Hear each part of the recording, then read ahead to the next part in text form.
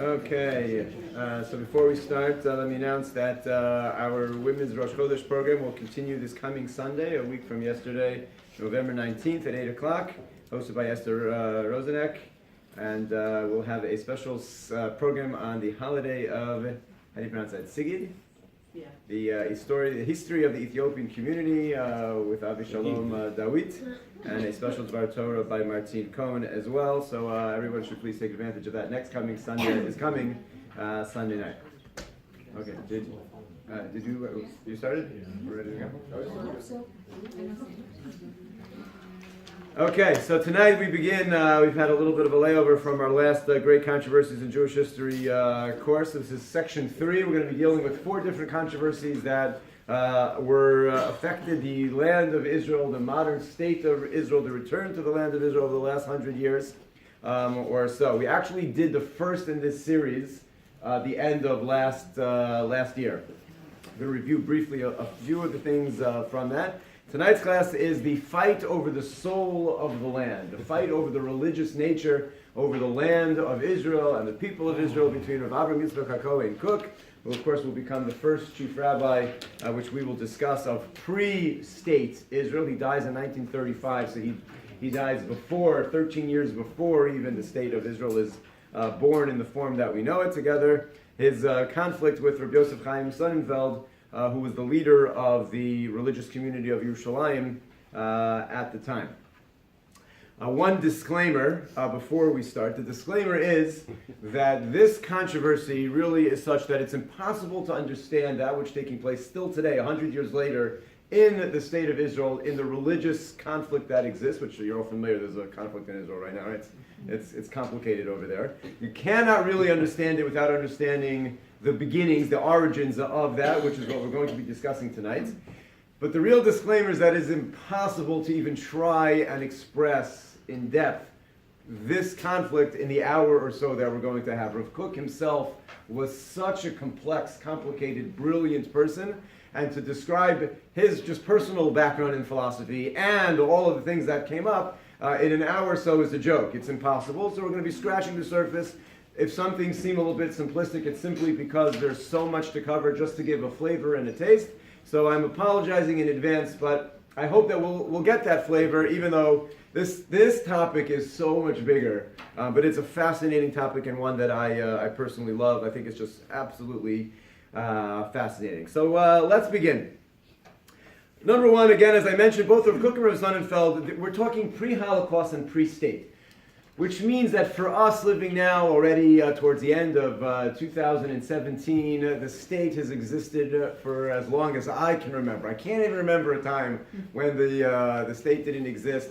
This is pre-Holocaust, so it's a day, it's an age, it's an era that is nearly impossible to put ourselves back in understanding what it was like to live in the land of Palestine, even before it was British controlled. We're still under the Turks and the Ottoman Empire, and the Jews are coming back, and they're creating a land, they're creating a culture, they're creating their own society, but it's not theirs, and there's a battle for the nature, the spiritual nature. But it's before the state, so it's hard to keep that in mind as we go through, that the Jews are actually still visitors, so to speak, in a land that's not theirs. They're not the ruling party in the time frame that we're in, and the waves of Aliyah are beginning.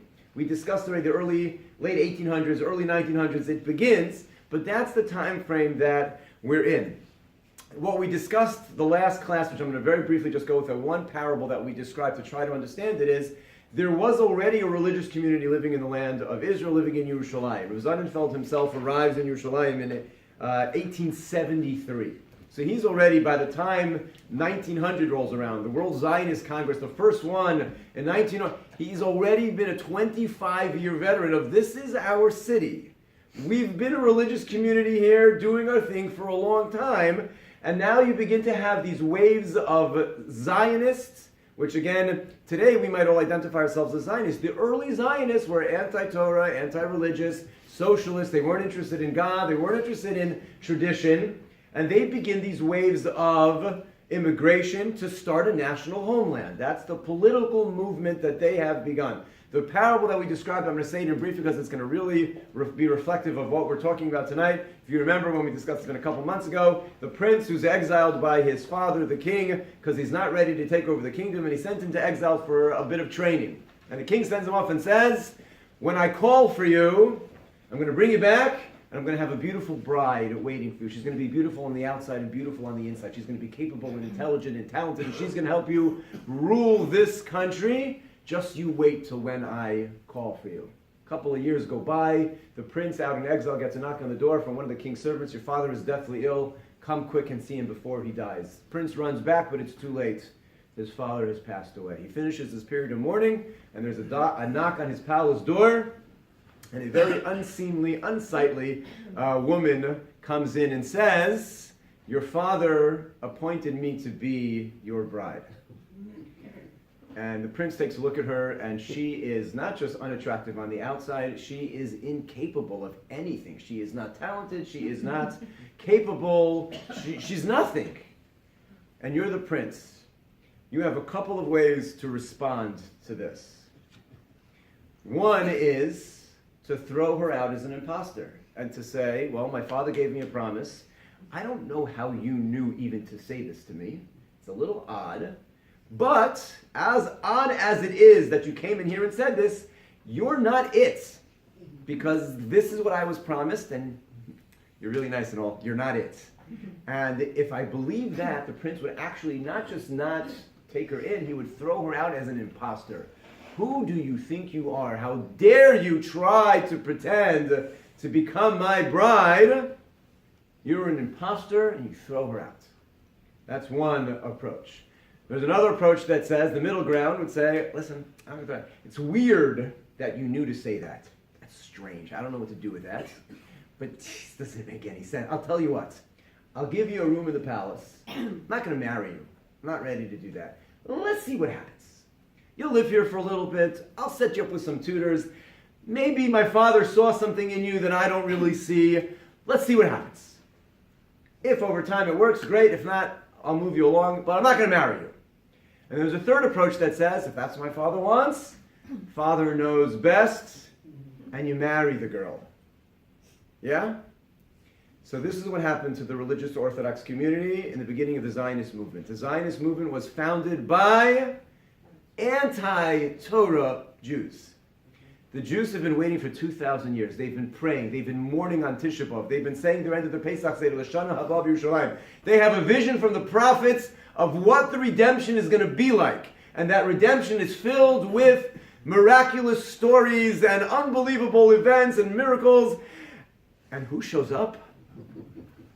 Anti-Torah, anti-religious, atheists, socialists who are willing to go to Uganda? This doesn't make any sense. And so there were a couple of approaches. Some of the Jews, as there are few today, much fewer than were then, said, this is an imposter. This is bad for the Jewish people because it's not the deal. This is not what our prophets told us to look for. And therefore, get rid of this. Do not associate with it. Everything about this is wicked and evil and wrong. And then there was a middle ground that said, I don't know, this doesn't make any sense. Well, let's just sort of see what happens. We'll live in the land a little bit. Maybe things will change, will develop, I don't know. And then you have the approach, which is the approach of Rav Kook, which is marry the girl. If this is what God ordained, doesn't make any sense to me, but let's go with it. And we're going to see that philosophy. That's a very difficult philosophy to live by because it didn't make any sense. Taking that parable just another step, there's another example that I've used many times in different contexts. I'm going to say it again now because it's very applicable. If you were to take a person out to the Empire State Building in New York, and you put them on the ground floor and say, paint me a picture of what you see looking out of the ground floor. So what picture would they paint looking out of that ground floor? So you would have cabs in the street and people walking by, and you'd see the building across the street, and you'd only see the doorway of the building across the street. If you take a person 3 stories up and you say, paint me a picture of what do you see looking out the window? So it's a different view from 3 stories up. You don't see the cabs on the street because you're a little bit too high and you can't really see across. You'd see across the street a little bit more, and you see a little bit more of the buildings across. And that's it. If you take him 50 stories high and say, paint me a picture of what do you see, he'd paint you the picture of New Jersey. And you wouldn't see anything about the street or the building or anything. You pass that. Which one is right? Right? It's a trick. It's a silly question. I mean, which one is right? It depends where you're standing. If I were to ask each one of those three people, say, is it permissible to jump out the window if you were afraid of a fire? Well, if you're standing on the ground floor, you say, I don't understand the question. We need to jump out the window. Just walk outside. Why are you asking me that? I don't even understand what you're talking about. If you're on the third floor, you'd say, jump out the window. You really shouldn't jump out of the third-story window. But if it's a shas hadchak, if it's a very dangerous time and you really no other option, it's okay. If you're on the 50th floor, you would say, it doesn't matter how bad the fire is, just fight the fire, try to get down. Because going the other way, there's only one net result going the other way. So everything is better than that. In a spiritual term, we all stand on different places. Different generations and different people within generations occupy different spiritual floors, so to speak, when they look out in the world. And based on your perspective, you see the world very differently. Beis Shammai and Beis Hillel argue throughout the Gemara. They're looking at something, just looking at it from different angles. And when you see from different perspectives, based on where you're standing, you give a different response, whether or not something is permissible or not permissible. Sometimes you hear the answer, you really shouldn't, but if you have to, you can. Well, that's standing on the third floor. Some people say, I don't even understand what you're asking, just go right ahead. And others say, it's forbidden, don't ever do it, it won't work. It just depends on where you are. And every generation has to follow the psak of their generation's rabbis and leaders, because that generation's seeing things the way that their generation is. And it's just a different perspective. What we're going to learn about tonight, Rav Kook, we're going to study, Rav Kook saw the world from a different perspective than his colleagues. Not to say right or wrong, just to say fundamentally different way of understanding the world around him. It would be analogous to, and with this final introduction, we'll move into the actual story here. The first person to use an MRI, first doctor to use a sonogram, an X-ray, an MRI, you're seeing something that all of your colleagues can't even imagine seeing. To us, it's already standard. You can see inside the body. But imagine if you were a doctor up until the point where all you saw was the outside. That's all you had to go with. Whatever symptoms manifest themselves. I can't see inside. And then all of a sudden somebody comes along and, I can actually see what's going on. And then you start prescribing treatments fundamentally different than all your colleagues. And your colleagues look at you and they say, what are you doing? These symptoms you always treat like this. And you would say, I know. But I actually see what's going on inside. And therefore I'm going to treat differently. If your colleagues can't see what you see, they'll always look at you like you're crazy. Because they're not seeing what you're seeing. Rav Kook was a Kabbalist. He was brilliant. But he saw the world through a redemptive, Kabbalistic lens. And because he saw the world through that lens, he perceived the process of Geula, of redemption taking place, and we had to relate, the Jews of the land of Palestine pre-state, had to relate to that as if we are actually in a process. I want to read a quote from Orot, which was his he published over 50 books, and innumerable articles and essays and journals. But let's read his words in the first box. If at a certain time there should be found an arousal within the Jewish people, whereby people will speak only of the spirit of the nation, and will attempt to negate the Spirit of God from all their assertions and from their revealed sources, which is their natural spirit, and disregard the Torah. Complicated. Go back. Rav Kook is going to address the question, how can it be that we now have a group of Jews, the Zionists, who are going to found the state, who are going to push for a national homeland, and what do they talk about as a body of Jews? They don't talk about God. They don't talk about Torah. How do they identify this national movement, this idea of becoming a people, and in doing so, they totally disregard 2,000 years of history. Irrelevant. But we're a people. We're a nation, and we're going to become a nation. So he says, Rav Kook, what should be if there should be an arousal within the Jewish people? It's an amazing thing. He looks at it from a philosophical, what does it mean? Whereby they speak only of the spirit of the nation. All they talk about is, A nation, we're going to be a people. And they attempt to negate the Spirit of God. And they disregard the Torah. What should the righteous of such a generation do? How should the religious community respond, says Rav Kook, to this group of Jews who only talk about the nation and disregard Torah? What should our response be? So we know what most of the Jews responded. How did the religious community respond in general? They said, this is treif. And the reality was, if you're looking from a kashrus perspective, from a Shabbos perspective, it was. Says Rav Kook, to rebel against the spirit of the nation. How can a religious Jew rebel against this movement represents the spirit of our people? To rebel, even verbally, to reject that which it asserts, that is something impossible. Why? The Spirit of the Lord and the Spirit of the Jewish people are one.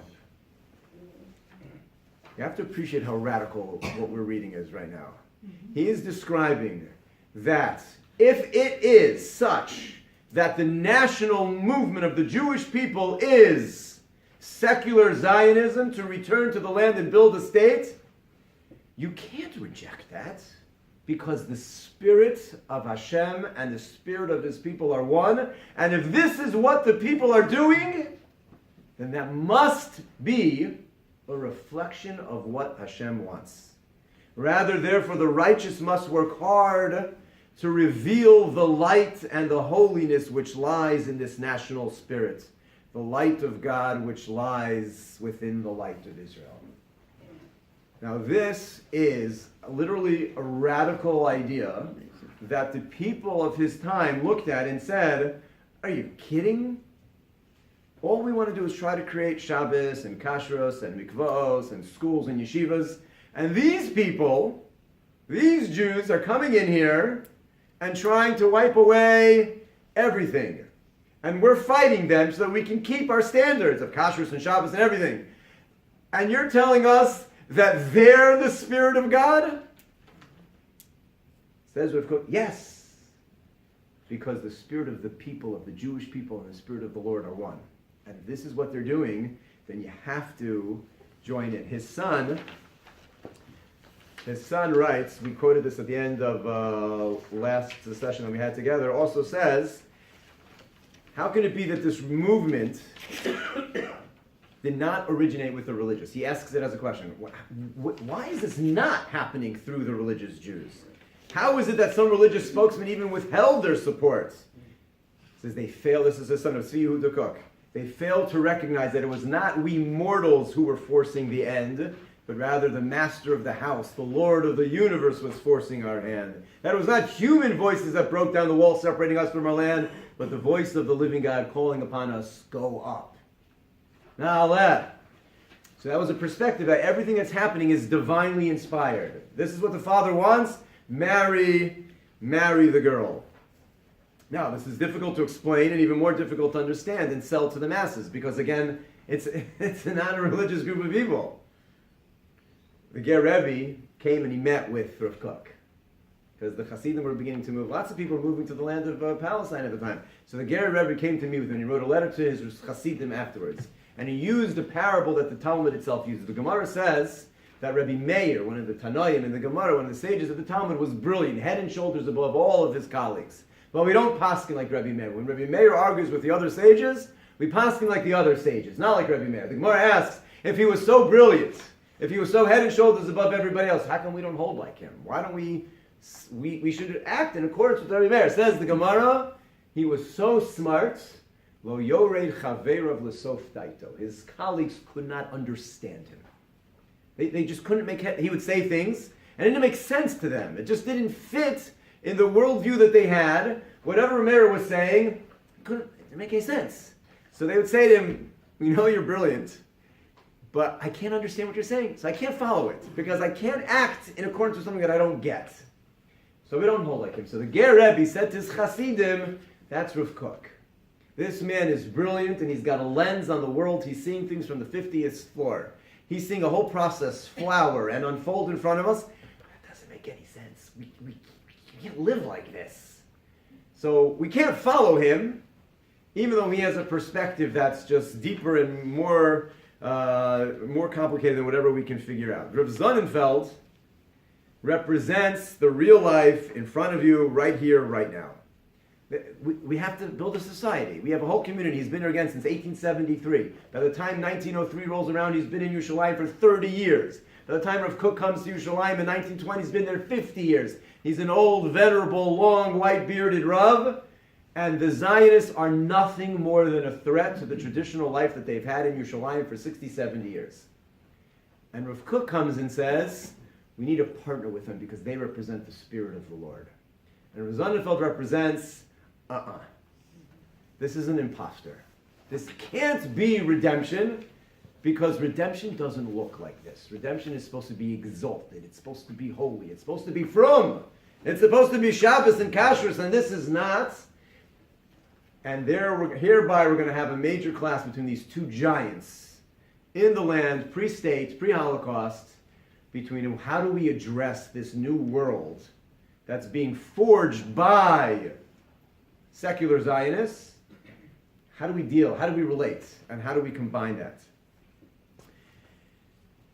A few words of background on Rav Kook. First of all, brilliance. Absolutely. From 1865 to 1935. Brilliant scholar. He was a Kabbalist. He was a poet. He was a sensitive soul. He was prone to tears. His poetry is brilliant. There's really no way to describe, other than through some of the stories that we'll share tonight, the sheer brilliance. He was complicated. He came from a mixed background. His parents, his mother's family were Chabad Hasidim, and his father's side were very strong mitnagdim, which we studied about in the past. So he had a Litvak as a father, a Chassid as a mother, and a Kabbalist as a son, and he sort of combined in his brilliance everything and just synthesized them into one seamless whole of all that the Litvaks took in terms of learning and all the Hasidim and all the Kabbalah. All of it just was combined. On top of that, his parents believed that the redemption was on hand and taught him to speak Hebrew as a young child. So you have this mixed bag of Hasidus, Kabbalah, Litvak, learning, Hebrew, all in a brilliant mind that comes around once in a lifetime. When we think of him as the first chief rabbi of Israel, as some type of Zionist, he didn't look the part. He was not wearing sandals and a little atemba on his head. He looked as traditional can be. He was trained in the classical yeshivas of Volozhin. He writes about himself that when he was there, he arrived at 19.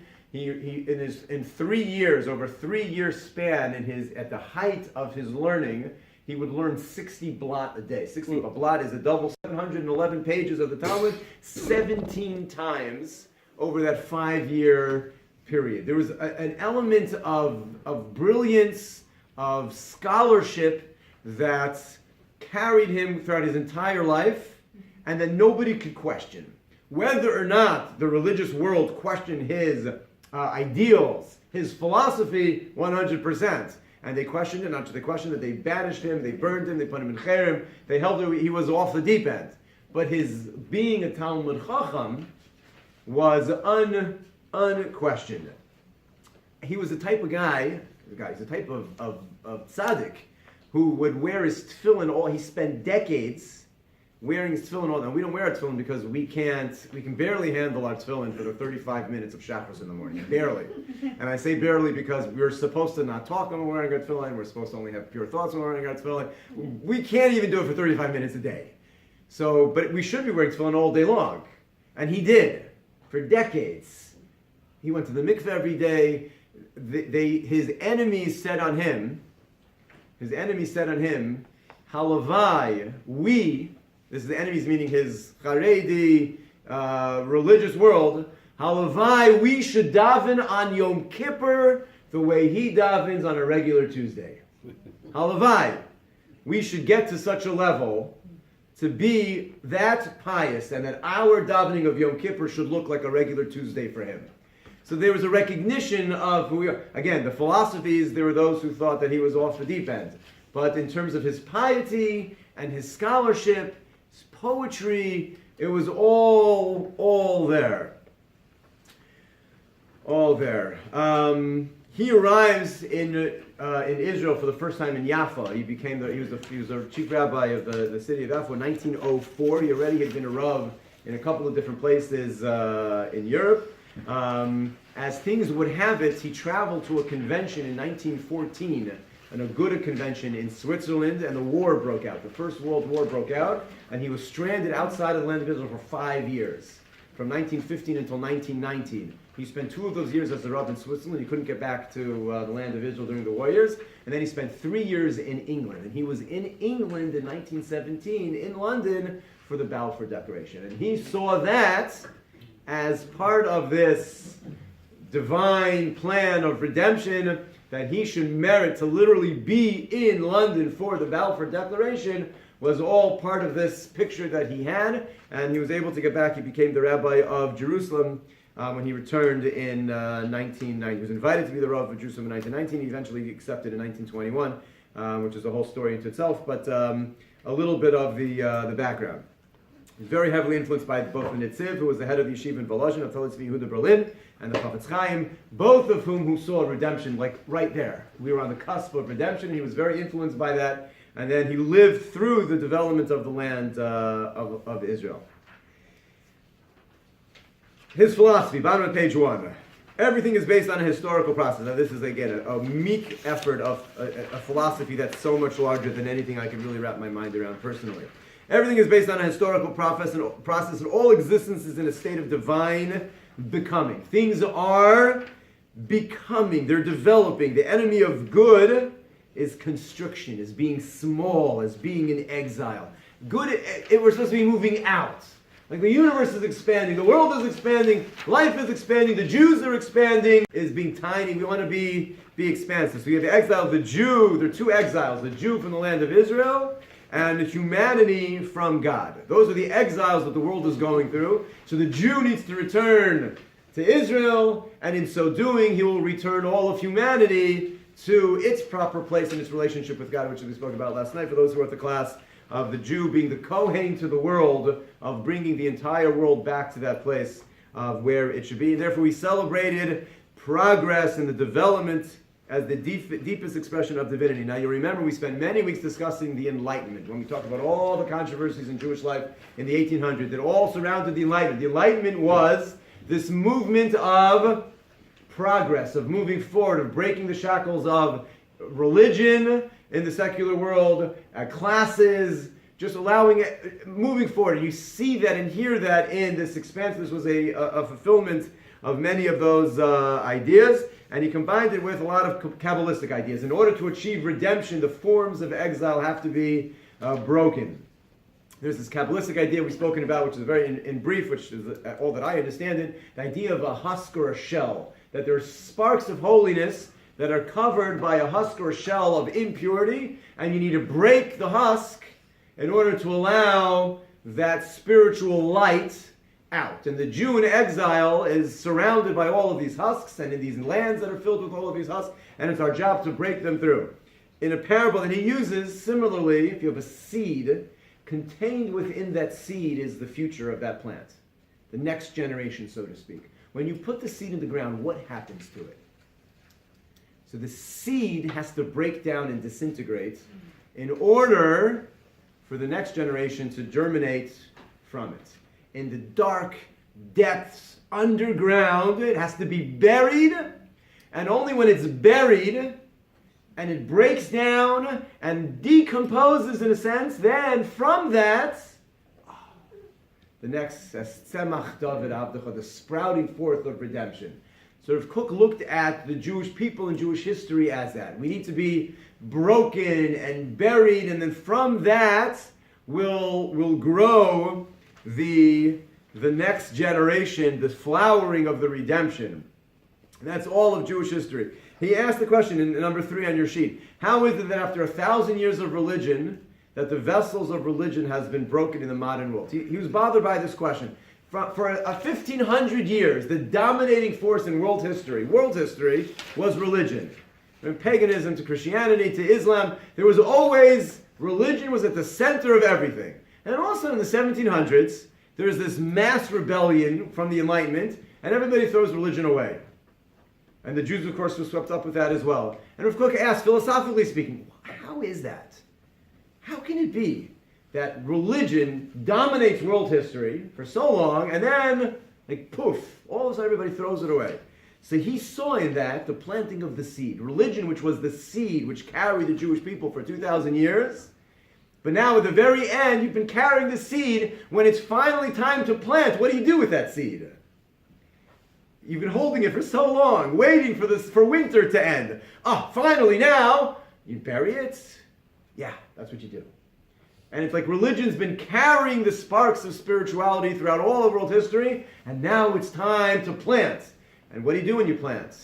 So you have to bury it. And the world like buried religion, also that eventually it can sprout through. Let's read. It's a little bit of a long quote, but it's worth reading.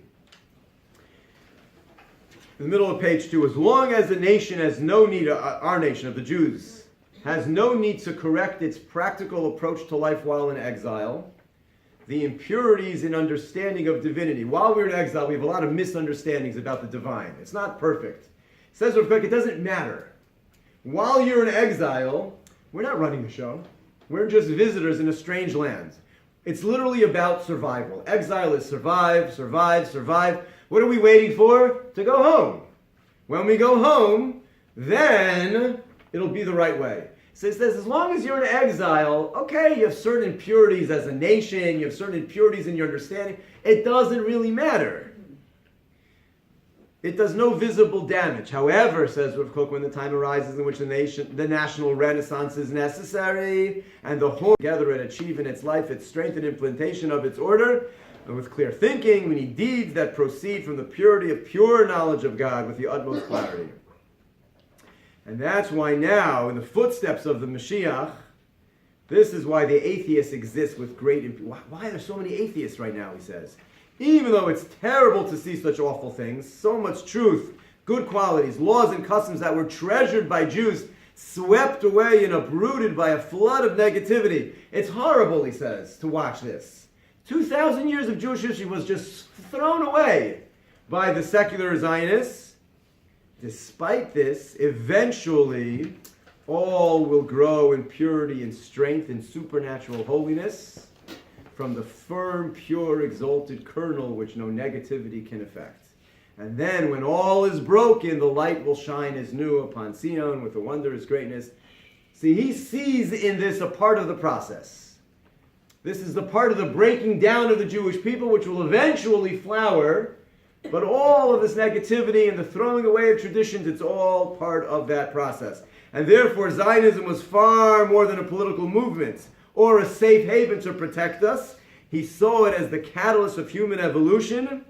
And by ending their exile, their spiritual genius will be freed, bringing redemption to the world. This is an approach. Now, I can tell you again, as I have mentioned already, the rest of the religious community did not see in the secular Zionists, the herald of the Mashiach, that were going to bring about the spiritual light, and that they were just a step in the process. All they saw was a danger to their children. That's what they saw. If my children see this, they will do this, and then they won't be religious anymore. And that's a threat. So that's all they saw. Threat, danger. And Rav Kook sees in them the footsteps of Mashiach. Now we can get into some of the controversies. Okay, the first one is the one that we've really been discussing, which is Zionism itself. Rav Kook believed that the Jewish return was part of the messianic process of redemption, and therefore saw everything in this context. His phrase that he coined was renew the old and sanctify the new. It's a brilliant phrase. Renew the old, because what did the Zionists want? They wanted to throw away the old. The old was an old, hunched over, short Jew with a crooked nose and a short, low back, and uneducated, and he wasn't part of the world. And said, we don't want that anymore. We want a 6-foot-tall, blonde-haired, blue-eyed, strong farmer who's going to create a society and be good at sports and take his place amongst the nations. And it's a new Jew. Shabbos, we don't need that anymore. So Rav Kook said, no, we're going to renew the old. We're going to renew it. It was old, and it needs to be renewed. And we're going to sanctify the new. all this new stuff, all these new people, the new Jews coming in, that needs to be sanctified. So we're going to renew the old and sanctify the new. Sounds very Chabad. I mean, he was a descendant of Chabad. It's Kabbalistic, it's Hasidic, and it's with a redemptive view. He's standing on the 50th floor, looking out and seeing everything unfold in front of him and saying, this is a process and we have to embrace the process. The girl doesn't look like what my father promised, but if this is what God did, then this is what God wants. And if this is what God wants, embrace it and sanctify it. Now, nobody else saw things this world, and he was opposed on every single side. For example, even the Zionists, Ben Yehuda himself, the father of our modern Hebrew language, who championed the Uganda appeal, he called out all of his secular Zionists to task, and he said, you guys are all hypocrites. When the idea of Uganda came up, and everybody said, no, only Palestine.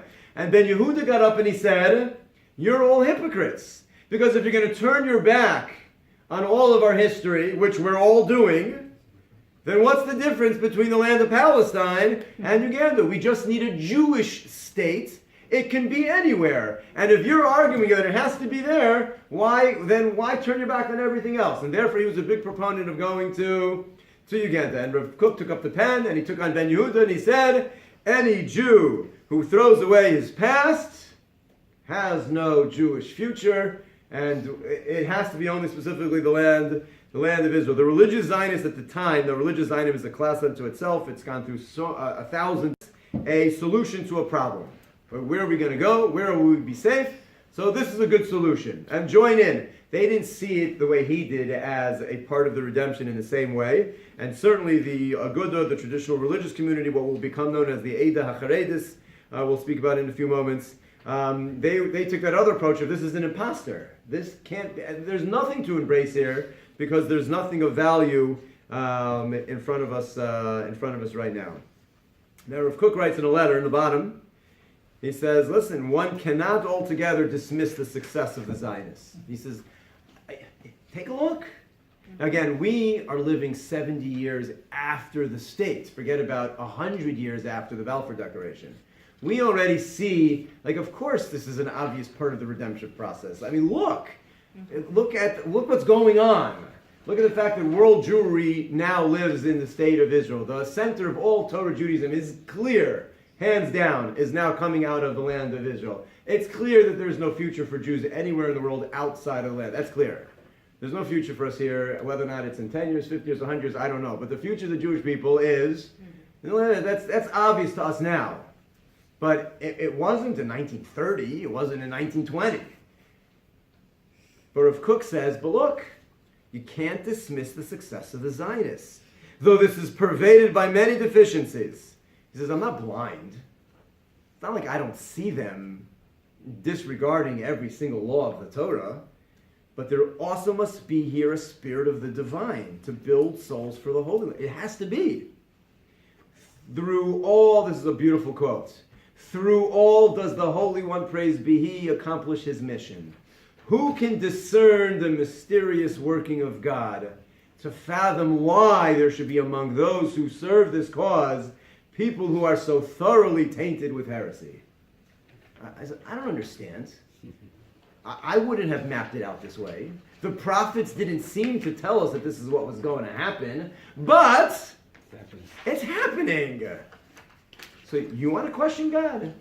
This is how He's doing it. You want me to explain why it's heretics that are founding the land? I can't explain it, but I can tell you they're doing it. And therefore, how can you not see the hand of the divine telling us that this is part of a redemptive process as this is happening? Controversy number 2 is exactly following through his approach to the heretics. So I have to tell you a couple of stories. Somebody once came to him and they said to him, Rabbi, how could you join together with these people? How can you support them? Now, no one necessarily saw him on their side. The secularists saw him not necessarily on their side, and the Zionists didn't see him on their side. The Haredim certainly didn't. They weren't called Haredim at that time. But the Rav Simcha Raz wrote a memoir of the time, and he described somebody asking him and saying, how could you join together with them? And Rav Kook said to him, he said, what's the holiest place that ever existed amongst the Jewish people? This is the Holy Temple. What was the holiest place within the Holy Temple? It's the Kodesh HaKadoshim, the Holy of Holies. And who could go in there? Only the Kohen Gadol, once a year on Yom Kippur. On the holiest day, the holiest Jew, in the holiest place, that's it. Rav Kook said, how was it built? Who physically built the Holy Temple? Workmen. Workmen. With boots on their feet, and their jeans, and their work clothing, came in, and with their hammers and their nails, they built it. And then after it was built, it was consecrated. But first you have to build, and then you consecrate. And Rav Simcha Raz writes, as he answered this question, he quoted the Gemara that says, Banim b'chol, you build with mundane, v'achar kach mekadeshin, and then you sanctify. He said Rav Kook leaped out of his chair, and he started to dance. And he danced around the room with that phrase, Bonim b'chol v'achar kach mekadeshin. The Gemara says, you build with mundane, you build the Holy of Holies, and then you sanctify it. And he would dance around and he'd say, we're building the land. We're building the land. Don't you see? We're building a sanctuary. We're building the temple. It starts off mundane. In 1913, he organized a trip. He was a Rav of Yafo, and he saw himself as the Rav of all the little towns and Yishuvim and Moshavim, everything. He saw himself as their. They didn't necessarily care or see him as their Rav, but he saw himself as the Rav of the whole area. He organized a trip in 1913. He was going to visit 36 different small little Yishuvim that were all secular to a Kiruv mission. He was going to try to bring Yiddishkeit and Judaism and try to inspire the youth of these towns. And Rav Sonnenfeld heard about it and sent a lady who wanted to join him. This is before they really got embroiled in all their controversies. So the two of them and Rav Harlap, and they were a party of about 10 people, went over it was several months. They visited 36 different towns to inspire the masses. Debatable whether or not it's considered successful or not. They were able to build the numbers, I forgot, like 12 shuls, a couple of mikvahs, they got a couple places to go kosher, but most places had really no interest in what they were selling, but they went. They went to a place in Merchavia. Two stories happened in Merchavia. A small little town, maybe 50, 60 Jews living in this outpost. So they told them they were coming, and so the members of the slowdown, they rented a fancy chariot to pick up these Rabbanim from the train station, which was in, I forgot where it was, in Afula, which was the nearby town. But there was a lot of delays. The Rabbanim couldn't get there. So delay after delay after delay. So eventually they couldn't hold on to the carriage. They didn't have the money to keep this guy. So they returned it. And then several days later, they get a telegram from the train station, the Rabbanim came. So they had nothing to... So they refurnished the manure wagon, and they cleared it out, and they threw in some straw and some pillows, and they quickly went off to the train station to pick up the Rabbanim. They pick up the men, they're riding back to town, and they're apologizing profusely for their accommodations. Rav Kook, in response to his apology, I'm going to read this is written up by one of the members of this place in Rechavia.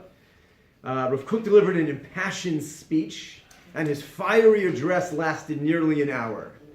And he expressed his great joy that for the first time in his life, he was privileged to travel in a wagon owned by Jews who were building the land of Israel. And he couldn't imagine how he merited to sit in a Jewish-owned wagon that were rebuilding the land that we've yearned for 2,000 years.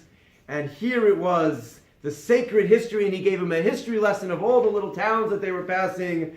And with excitement, he noted how his forefathers had lived in this place and created Jewish life. And now the descendants of those ancient Hebrews have arisen and continued their Jewish tradition. He concluded his words with a heartfelt blessing that we should merit to see with our own eyes the entire land of Israel redeemed and flourishing through the labor of the children of the eternal nation. And he gives them a whole drasha. What a merit to sit in a manure truck that's owned by Jews. in the land of Israel. That's how he saw what was taking place in front of him. It happened to be while he was in Merchavia, another story took place. They were asked, Rav Kook and Rav Sonnenfeld, to lead a memorial service for two Jews who had been murdered by Arabs in the weeks leading up to their visit. Just a small historical note. One of the Jews who had been killed was a Jew by the name of, this is written up by Gershon Gaffner. One of the Jews was, as the name Moshe Barsky. Moshe Barsky had been killed by the Arabs. He was killed while he was on a mission to get medicine from some other neighboring town for his friend Shmuel Dayan. So his friend Shmuel Dayan had gotten sick, so Moshe went to go get some medicine. He was killed by an Arab. And Rav Kook was sent, while they were there, he and Rav Sonnenfeld eulogized this Moshe Barsky. Shmuel Dayan had a son several years later, and he named him after his friend who was killed by the Arab, Moshe Dayan. Just a small historical note, and that was the person who was eulogized by Rav Kook and Rav Sonnenfeld back in 1913. It's one of those, just nothing more needs to be said.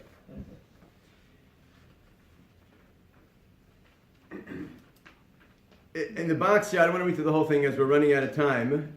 You'll see here several of his responses to how he approached the secular, how he saw in them. I'll just do the first paragraph on the top. Certainly one can find in every Jew, even in the lowest one, many precious jewels of good deeds and of good qualities of character beyond enumeration. And he said, Eretz Yisrael will surely help bring them out and to hallow them. And if you don't see them living here in the land, it will bring it out. And if these attributes cannot be seen in them, they'll become revealed in their children and their children's children. So you just wait. You see what you're looking out. You're just looking out that front story window, and all you see is someone who's not keeping Shabbos or Kashrus and doesn't want any Torah in their life. But I see the seeds living in the land of Israel. If not them, their children. If not their children, the children's children.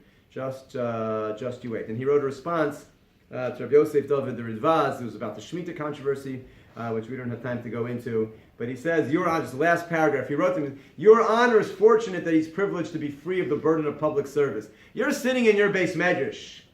Very nice. Yasher Kayach, from your base medrash, you're telling me that this is wrong, and that's not good. I am deprived. I'm burdened all day with the responsibilities of serving these people of God.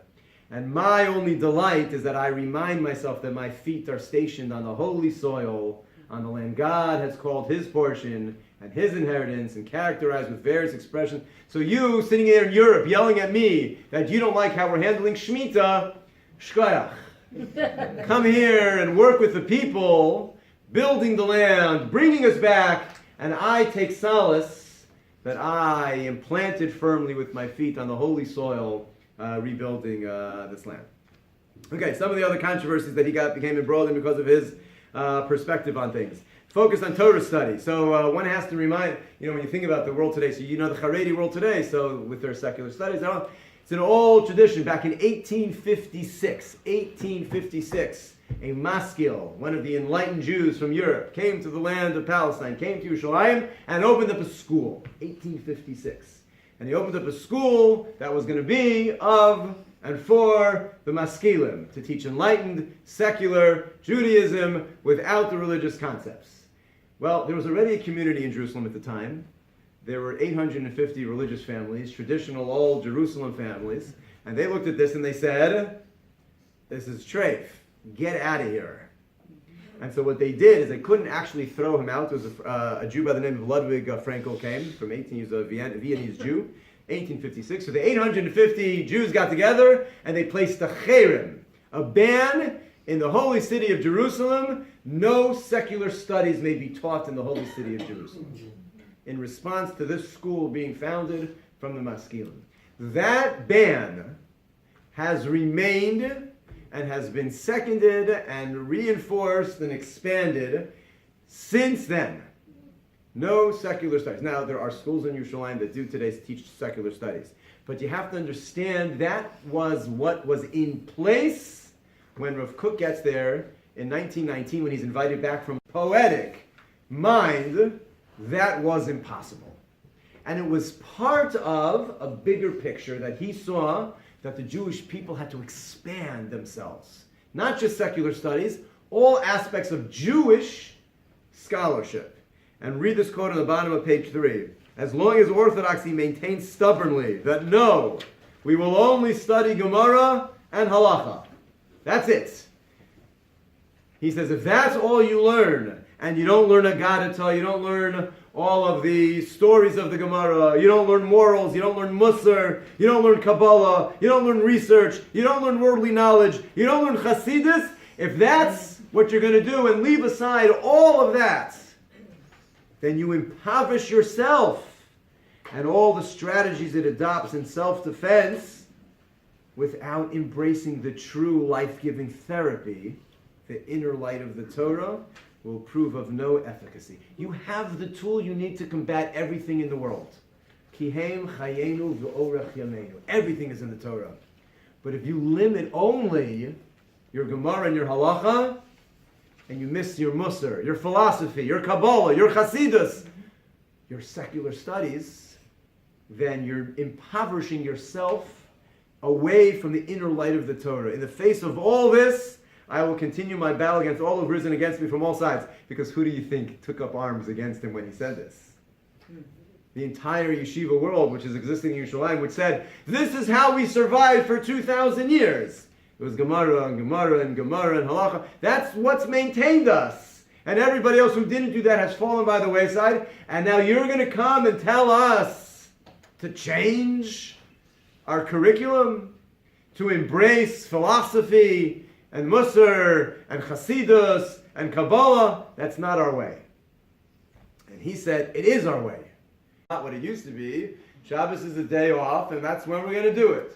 So as you can imagine, the religious world looked at sports and said, treif, krum, you can't play. Not like we do today, like, listen, none of us, I wouldn't say none of us, most Jews don't expect or want their children to grow up and be professional players. It'd be nice, it's just we're realistic about it, so we'd rather train them to own the sports team rather than play on the sports team. That's more realistic. That's how it goes.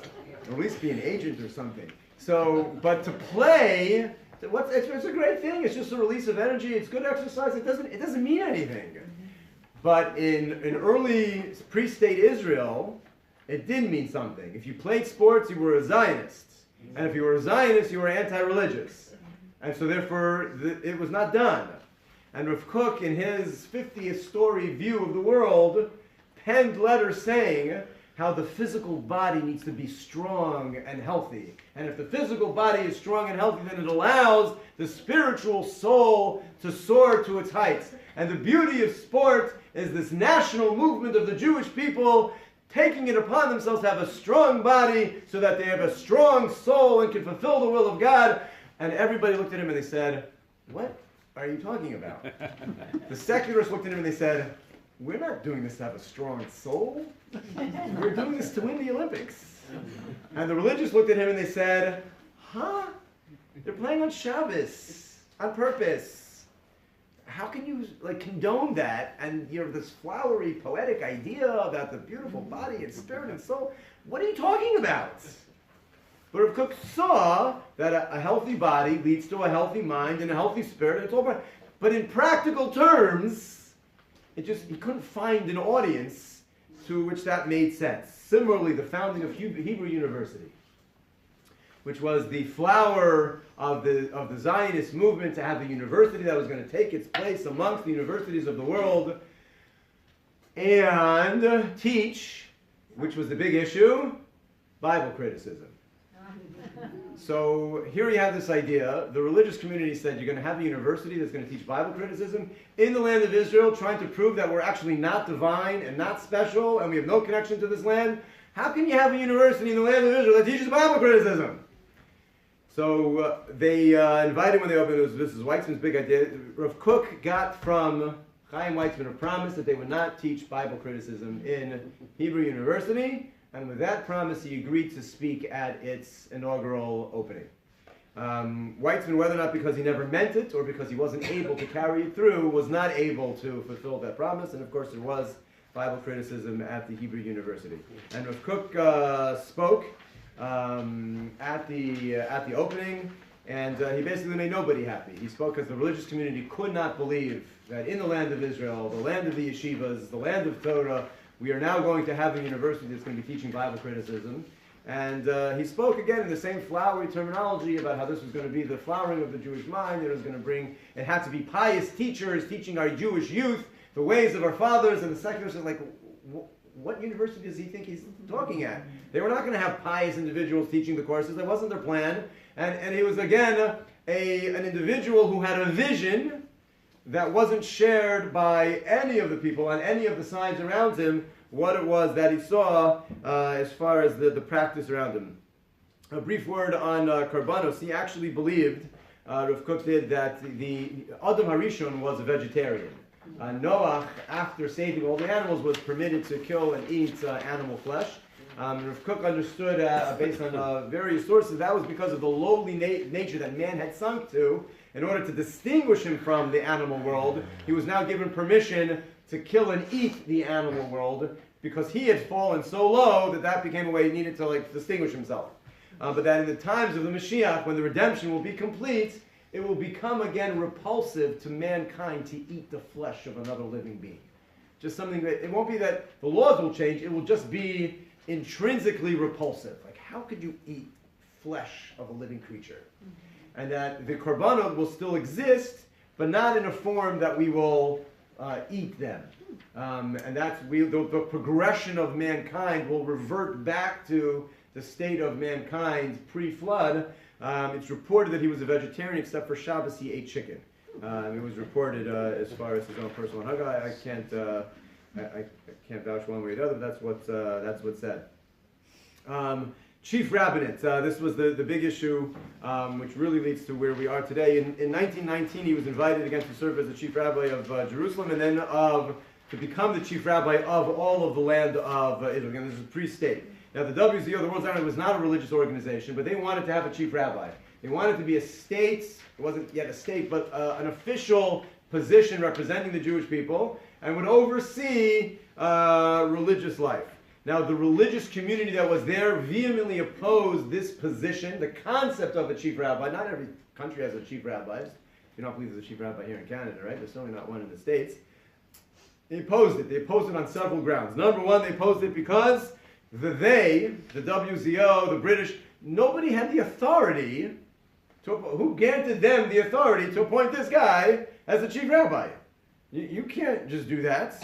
Number two, he's not qualified to be the chief rabbi, not because he wasn't a scholar, but because he had all of these radical understandings and positions that the religious community at the time vehemently disagreed with. And number three, philosophically, it's nothing to be appointed. There's no such thing as appointing it. What is the chief rabbi? They believe, philosophically, it's a hierarchy. Every shul has a Rav. Right? The Rav answers the questions for the people of his community. When the Rav doesn't know an answer, what does he do? I don't know something. Whatever. So I call my Rav. If that Rav doesn't know whatever his own answer, what does he do? He calls his Rav. Well, what does that Rav do? At some point, you hit the top of the pyramid. That's your chief rabbi. Not because he was appointed, not because there was a vote, because he is.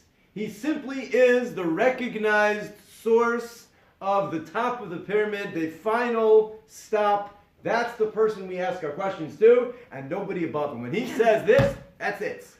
And there have been times in our history where that's how it goes. So they oppose this concept of a chief rabbi. When he's appointed, it's not a political position that you run for, and your placards are all over town, vote for me, chief rabbi. It doesn't work that way.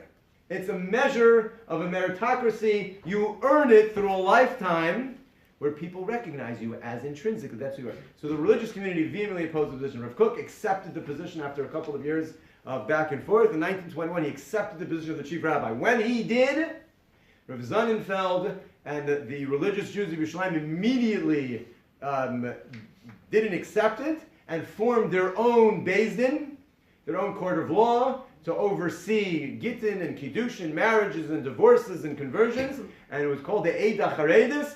And that is the start of what we have today of the state-sponsored rabbinates, the Rabbanut, the Ashkenazi and Sephardi chief rabbi of Israel, and then you have the Eidah Charedis You have the Haredi world out of Mea She'arim that doesn't accept the authority of that entire position and does their own thing.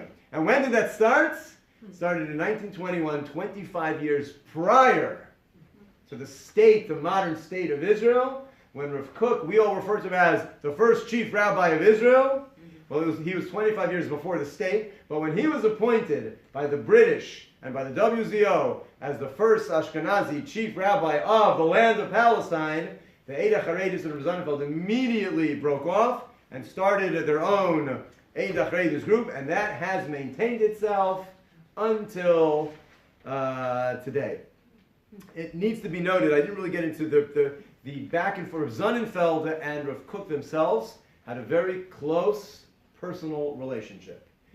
Their story is a paradigm of Jewish history in so many ways. They had many interactions. They were the two chief lead rabbis of Jerusalem. They were at every bris together. Rav Kook was the Kohen, Rav Sonnenfeld was 25 years his senior, and 20 years his senior, and a venerable Talmud Chacham, the leader of the community. They themselves have many, many interactions. They're in many pictures together. Each side had a bunch of zealots, as we'll call them. And they would put up posters all over the place, and they would kick up a firestorm all the time. They made things personal. They would bash each other. I have one pamphlet printed here on the top of page 4. This rebel, referring to Rav Kook, is excommunicated on the basis of his teaching of the sages. It is forbidden to stand before him, to study Torah from him. It's a mitzvah to show disdain for him. And whoever supports him is as one who plants a tree for idol worship close to the altar of God. They were personal attacks, and they were vicious, and it was always from the zealots. The two at the top had a tremendous respect for each other. Rav Kook, there's a story that Rav Sonnenfeld's grandson was sent to Rav Kook to deliver a message. Shmuel Hillel Schenker, who was Rav Yosef Chaim Sonnenfeld's son-in-law, received a note from Chaim Ozer Grodonsky, one of the leading sages of Europe, that required the attention of Rav Kook. So Rav Sonnenfeld's son-in-law sent his son, Rav Sonnenfeld's grandson, to Rav Kook with a telegram. And he comes into Rav Kook's apartment, and Rav Kook is surrounded by a group of supporters, and this young yeshiva bacher is like in enemy territory and totally overwhelmed by the scene. So Rav Kook sees him, takes him in. He's told that this is Rav Sonnenfeld's grandson with a message. He pulls him off into a side room. He takes a look at the telegram. And then he takes his hand and blesses the boy with unusual warmth. Sensing his discomfort, and he held the youth's trembling hand, walks him to a side room, turns to him and smiles and says, he shows him with the certificates of ordination from the world's greatest Torah authorities and the letters addressed to me. He says, you'll realize that I'm not the person that they say about me. Parenthetically, he was once walking by himself at night. And somebody came up to him and said, you know, it says in the Gemara that a Talmud Chacham shouldn't walk alone lest he be attacked by shaitan, by demons. That's a statement in the Gemara. So a bacher came up to Rav Kook, the venerable, he said, Rebbe, you shouldn't walk by yourself, because the Gemara says the Talmud Chacham might be attacked by demons. So Kook says to him, he said, the demons in this city don't think that I'm a Talmud Chacham. So he says to this bacher, he says to the grandson of Rav Sonnenfeld, he says, I give you my absolute word that in our innermost hearts, your grandfather of Yosef Chaim and myself are intimate friends. I also give you my absolute word that if your grandfather were on the other side of the Simbatyon River, a mystical Talmudic place, I would spare no sacrifice to bring him over here safely. And the reason why I can associate with the leftists and with the irreligious is only because there's a tzaddik like Rabbi Yosef Chaim Sonnenfeld who stands and admonishes and chides and remonstrates. That's why I can be close to them and they can feel close to me. But I just want you to know, my dear bacher, if your grandfather, Rabbi Yosef Chaim, did not do what he does to protest as strongly as he does, then I would have to do what he does and protest as strongly as he. Wow. I'll conclude, it's late, I'll conclude with his last letter. He got sick and he died from cancer in 1935. The very last letter, there's so much more. Mark Chagall met him in 1931. He was traveling through Palestine, and he wanted to paint his portrait.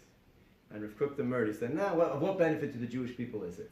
So he refused. And Chagall was recorded to have remarked on his way out, He said, "Where do you find such a holy face like that from? Where do you get such a holy face?" His final letter, this book, if you're interested, Yehuda Mirsky wrote a book on Rav Kook, a mystic in a time of revolution. Awesome. Phenomenal. If you want an insight into the day and the age and the era, phenomenal book. I highly recommend if this is this time frame is of interest to you. This is his final letter that he wrote before he died. He was literally writing this on his deathbed. The introduction is in the summer before he died, in response to violent clashes between the left and right-wing activists in Haifa, he wrote one last open letter, title taken from Yirmiyahu, another from the prophet Jeremiah, for the shattering of my people. A phrase that Jeremiah says, for the shattering of his letter says as follows, quote, "From my fount of tears, which I cannot stop," this is from his deathbed, "I call to you, my brothers, each one a seal upon my heart, no matter your party. I don't know who is to blame. Better to say we are all to blame. What has become of us?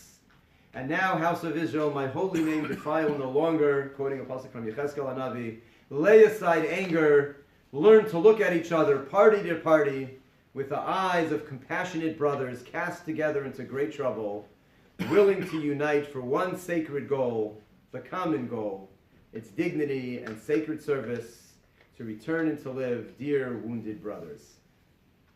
Signed, your faithful servants, broken and shattered, awaiting speedy redemption for the prisoners of hope." And it was, in a way, an appropriate final letter. It was a tragic life in which I did not even do justice at all. I'm aware of that, of who he was, the greatness, the complexity of his soul, the poetry. But he was alone on the 50th floor, and nobody else occupied that place. And the way he saw the development of the land, he was at odds. They burned his books in the streets. They banished him. They put him in chayrim. I read only a few of the things that were said about him, of total disregard, because he said things that they couldn't understand. This flowering of the redemption with this irreligious people, the religious community were just trying to maintain Shabbos and kashrus and mikvah and yeshiva, and they were a threat, the religious the Zionists. And he kept embracing them because he saw in them holiness, and nobody else did. And I'm not here right or wrong. If I lived in that era, I don't know what I would do. Now, I view myself as a tremendous student of, I'm just so taken by his philosophy and what he presented and what he saw. But again, boots on the ground, they couldn't live by what he said. It just didn't make sense to anyone. And he describes in letters that I didn't, it's too much to read, the frustration of the soul of a poet who cannot express itself. It's sad to read his poetry of this frustrated existence. There is no way that he would have ever believed if you would have told him that it would be 2017 and the redemption had not yet come. That it would still be the fractious nature of the Jewish people. We'll be halfway there, half of the Jewish people, but it's not there. There's no way he would have believed you. No way. It's 80 years? No way. 100 years would go by from the Balfour Declaration, and there still would be Jews in Montreal. No way. You'd say impossible. We're on the footsteps of redemption. And he might be right, but we're still at the footstep. We're moving, and it's clear when you look back over the last 60 years, it's unbelievable, the miraculous nature of what the land and the state of Israel has accomplished. But we're not there yet. He wouldn't believe it. Would he believe the Holocaust? Yeah, before the Holocaust. So in his worldview, I think nobody could have believed it, but in his worldview, he would say that's the seed in the ground that has to be totally disintegrated to flower up. I mean, in hindsight, I don't think no one would dare say that. Again, when we spoke about the Holocaust before, the Zionists said the Holocaust was because nobody moved to Israel, and the religious said it was because people moved to Israel. Who's right? We don't have the prophets, so nobody knows. We're looking back, and we can see that Cookian philosophy of maybe that was the husk being totally just dismantled in order to flower out. But I don't know, without a problem. I'm projection. I'm imagining that's what he would say but he died in 35 before that. Anyway, there's a tip of the iceberg of his philosophy, a tip of the iceberg, but the roots of what we have today between the Haredim and the modern religious Zionist community are rooted in this, and it just continued on for a century almost, literally, still until today. And again, I didn't do any of it justice, but just to whet your appetite a little bit, if it's of interest, we'll cover some of the Lechi, the Ergun, and the Haganah Mirz Hashem next Monday night, fighting not for the soul of the land, but for the people and the security of the land, how the controversy of how to go about that particular battle. Mirz Hashem next week. Let's daven Ma'ariv in 1 minute for those who are interested. Have a wonderful night and look forward to